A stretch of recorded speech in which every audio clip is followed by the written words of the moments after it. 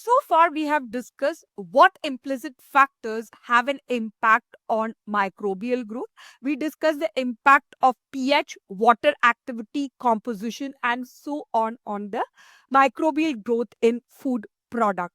Now, there are certain proteinaceous molecules that are secreted by bacteria, which are also capable of impacting the growth of other microbes present in food products. Such molecules are called as bacteriocins. So bacteriocins, these are proteinaceous molecules which are produced by bacteria, and they are capable of inhibiting the growth of other closely related species or strains of bacteria. Generally produced by lactic acid bacteria, they are synthesized in the ribosomes of lactic acid bacteria, or they can be released extracellularly as bioactive peptide. Now, for the molecule to be called a bacteriocin, it should fulfill several criteria. Let's look at the criteria one by one. Firstly, it should have a narrow spectrum of action against other species. Okay, this trait is very important because this is what makes bacteriocin different from antibiotics.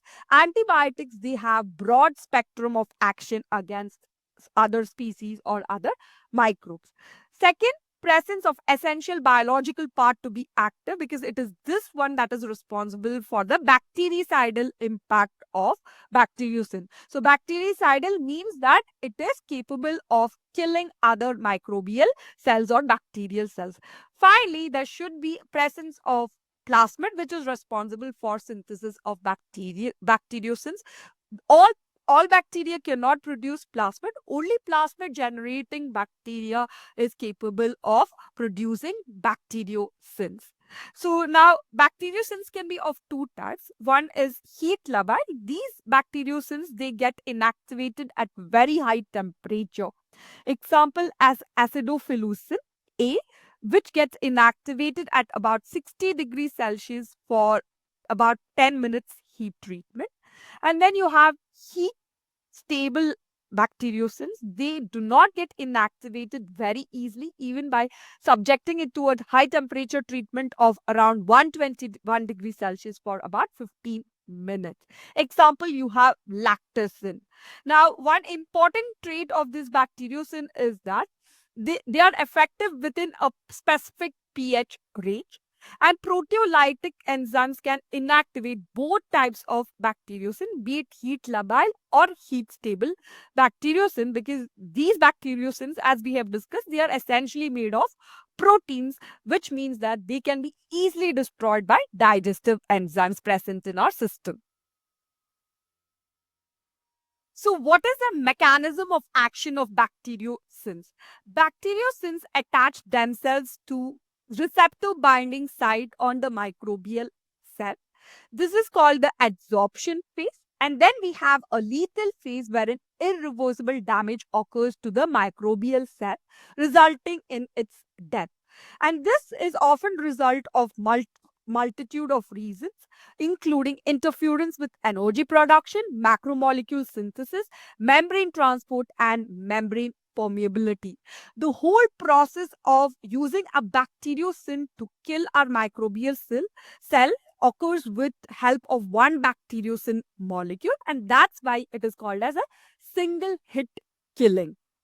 Bacteriocins are of interest as they are naturally produced by microbes, and when added to food, it will give a very natural outlook about the product. It gives positive connotation about the product to the consumers. They'll have a very positive impression, thinking, hey, this is produced naturally, so this is good for me. We are particularly interested in bacteriocins that are produced by lactic acid bacteria, as they are food grade. Examples include niacin, lactococcin, and pediococcin. So if we talk about niacin, it's essentially used against Clostridium botulinum spores. Okay, and it's used in low low acid canned foods to prevent flat sour. It's also used in strong acid canned food with a pH less than 4.5. And finally, it's used in alcoholic beverages like wine, beer, and so on. So this niacin is able to alter membrane permeability of the microbial cell, causing cell death or apoptosis. It's also used as an alternative to nitrite in meat industry. This application is very important because if we make use of nitrite, it results in production of nitrosamine because meat is rich in protein. So amino group of protein present in meat will react with nitrite to form nitrosamine, which is a cancer causing agent. That's why niacin is preferred over nitrite. Now, this niacin is very effective against gram-positive organisms. So, gram-positive is really a challenge for the food industry, right? Because of presence of peptidoglycan cell wall, and it is not very effective against gram-negative yeast or fungi. Thank you for staying with me through the video. In case you have any queries, please feel free to put them in the comment section and I'll get back at the earliest.